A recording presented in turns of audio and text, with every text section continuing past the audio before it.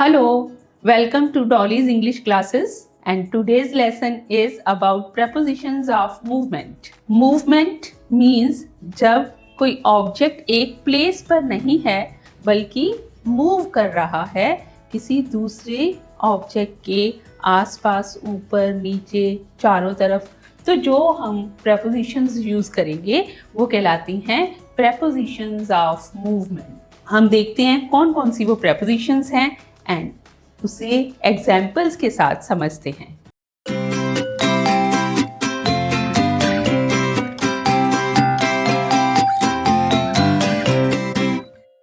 The first one is on to. On to means जब एक object दूसरे object के ऊपर लाई नहीं कर रहा बल्कि वो उस पोजीशन में है कि दूसरे ऑब्जेक्ट के ऊपर रेस्ट करने जा रहा है. जैसे see in this picture, the cat is jumping onto the box. Cat box के ऊपर jump करने जा रही है. And now the cat is on the box. अब वो box के ऊपर है. On is not preposition of movement. On is preposition of place. लेकिन onto is preposition of movement.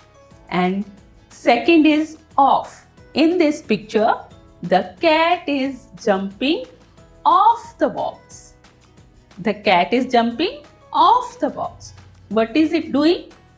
Box से नीचे की तरफ कूद रही है, दूर हो रही है उससे, इसलिए off preposition लगाई गई. O-double-F off, ना कि O single F. No, O-double-F, उससे दूर होने के लिए. Next one is into. अगर एक चीज दूसरी चीज के अंदर अपनी पोजीशन लेती है, अभी वो एक्शन में है, then we use into. As the cat is jumping into the box. It is jumping into. It has not taken position. It is in movement. So we have set into the box. And now the cat is coming out of the box. Out of the box means कि उसने जो position है वो box से बाहर ले रही है. Action is going on. So out of word आया है. Next is up. अप जब किसी एक चीज के ऊपर दूसरी चीज ऊपर की तरफ चढ़ती है. जैसे the cat is climbing up the stairs. But here the cat is coming down the stairs. यहाँ cat जा रही है stairs के ऊपर, so the cat is going up the stairs, and here the cat is coming down the stairs. And now what is the cat doing in this picture?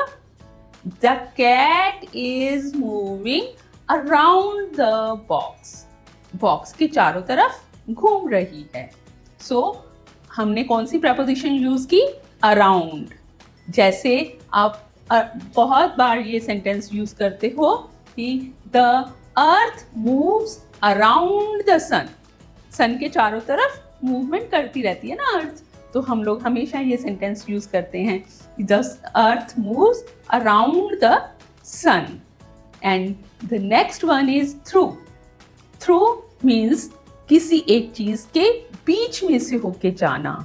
जैसे in this picture the cat is moving through the box. Box के बीच में से जा रही है. The train is moving through the tunnel. Tunnel के बीच में से जा रही है. सो वहां आया through. And next is over. Over किसी चीज के ऊपर मूवमेंट में हो तो उसे ओवर कहा जाता है. जैसे the bee is hovering over the cat. Cat खड़ी है, उसके ऊपर जो बी है वो क्या कर रही है? घूम रही है. So it is moving over the cat. But अगर किसी के चीज के साथ साथ जाया जाता है, then it is along. The ant is walking along the table. जो एंट है वो टेबल के साथ जा रही है, वॉक कर रही है। She is tying balloon along the wall. Wall के साथ साथ बैलून लगा रही है। तो अलोंग और ओवर दोनों एक दूसरे के ऑपोजिट।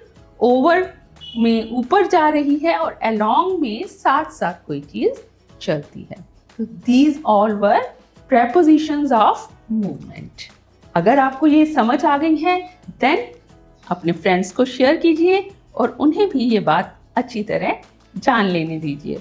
और अगर आपने अभी तक मेरे चैनल को सब्सक्राइब नहीं किया है तो इस तरह की बहुत सी और वीडियोस के लिए मेरे चैनल को सब्सक्राइब कर दो। Thank you very much.